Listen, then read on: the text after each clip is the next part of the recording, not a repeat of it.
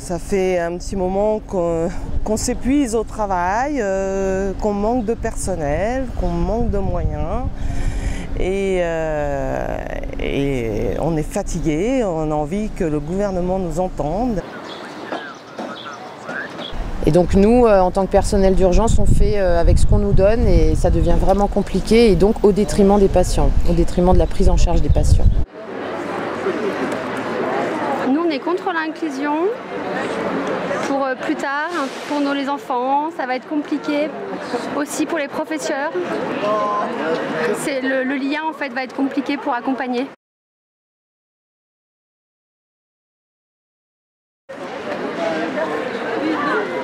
Si les élèves n'ont pas fini les études, il faut encore il faut encore continuer ça. Voilà. Et si on continue, et voilà, si on continue et qu'on nous inclut, ça va nous perturber. Il faut qu'on continue l'école. En plus, en inclusion, il y a peu d'interprètes, c'est compliqué. Pour moi, ça me met en colère, quoi.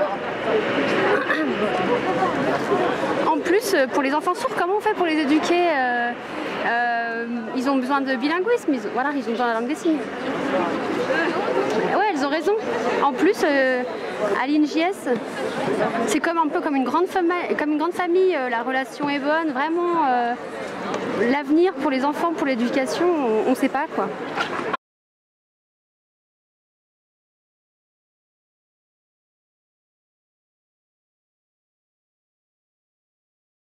C'est parti au fond d'une chose pratique, enfin si je puis dire, c'est qu'en 1973 j'ai eu un procès pour outrage aux mœurs. Et à l'époque, à la suite de ça, au fond, enfin peut-être que c'est la raison, mais je n'en suis pas sûr, j'ai réfléchi sur une situation. Si vous voulez, à l'époque, le monde semblait simple. Il y avait des pays soumis à la censure et les nôtres qui ne l'étaient pas. Puis tout à coup, je me suis rendu compte que ce n'était pas si simple, que nos pays soi-disant sans censure en pratiquaient une qui était la privation de sens, par la multiplication justement des informations, etc. Donc j'ai fabriqué le mot censure à l'époque avec un S à la place du C, puisqu'il me semble qu'il exprime très bien la privation de sens.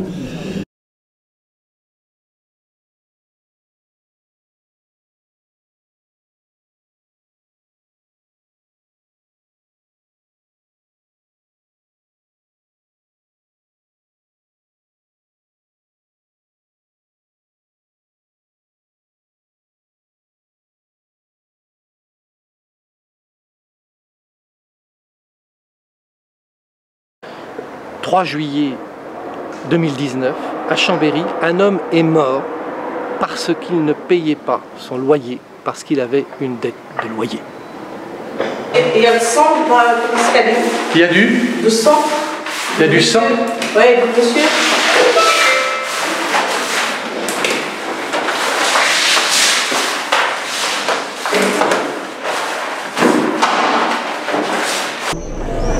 Je pense que dans un pays comme la France, arriver à cette situation pour un logement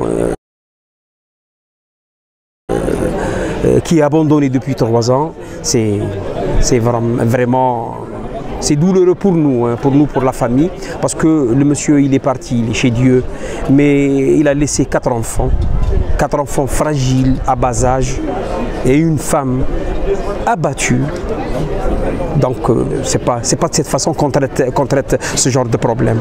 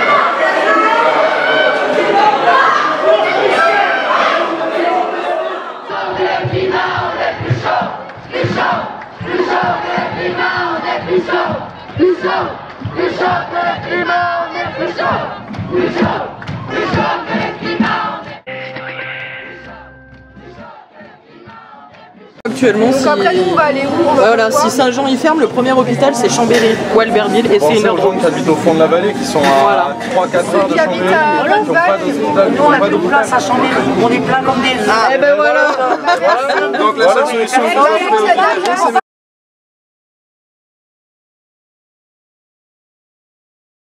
qu'on soutienne le privé, non, loin de là, mais on fait avec les moyens que l'on a au niveau des finances publiques. Hein. Donc attendez, c'est mon directeur qui appelle. C'est tombé, elle peut me répondre. Bonjour, monsieur le directeur. On est là. Vous savez que par rapport à la réforme des retraites aussi, au niveau des soignants, on va leur demander de travailler jusqu'à plus de 64 ans, alors qu'actuellement, les aides-soignantes qui peuvent prétendre à la retraite à 57 ans, il y en a déjà que la moitié qui ne peuvent plus travailler à cet âge-là. Parce qu'ils sont soit, ils ont le dos cassé, ils sont reclassés, ils sont en longue maladie, on n'est déjà pas capable de travailler dans nos fonctions jusqu'à 57 ans. Comment voulez-vous qu'on puisse y arriver jusqu'à 64 ? C'est aucune reconnaissance, c'est pas à la hauteur de nos attentes. En train de fuir et il y a des défauts de soins à l'heure actuelle dans les hôpitaux parce qu'il n'y a plus assez de personnel qui en plus les seuls qui restent sont démotivés et la seule chose qui reste ils cherchent à fuir en fait. Voilà ce qui est en train de se passer dans les hôpitaux. Les agents qui restent, les seuls motivés qui restent, eh bien ils commencent à lâcher aussi et ils veulent fuir. Voilà ce qui est en train de se passer. Et bientôt, qu'est-ce qui va se passer? Quand on n'aura plus l'égalité des soins pour tous, qu'est-ce qui va se passer? Il va falloir à un moment donné assumer qu'il y a des gens malades qui vont mourir chez eux parce faute de soins. Ça, il va falloir à un moment donné que quelqu'un l'assume. Et clairement, c'est pas aux soignants de l'assumer tout ça. C'est pour ça qu'ils... Responsabilité de ce qu'ils sont en train de faire. C'est-à-dire que ce sera jamais aux soignants à dire qu'est-ce qu'il va falloir à un moment donné. Il va falloir choisir qui on va soigner. C'est ça qu'on va nous obliger à faire. Que ce gouvernement nous le dise à un moment donné, qui on soigne et qui on ne soigne plus. Parce qu'un jour, si ça continue comme ça, on va être obligé d'arriver à ces choix. Et c'est certainement pas la base, les travailleurs de base qui vont devoir faire ces choix-là. Certainement pas avec nos salaires et certainement pas avec nos responsabilités. À eux de nous le dire. À Madame Buzyn de venir nous dire qui on soigne et qui on soigne plus maintenant. Il est temps pour le peuple de se rejoindre et de ne former qu'un. Dans d'autres pays l'ont fait, ils le font et le feront grâce à nous. Ce n'est pas moi qui ai dicté ces mots, c'est le cœur de tous les gilets jaunes. On lâche rien là.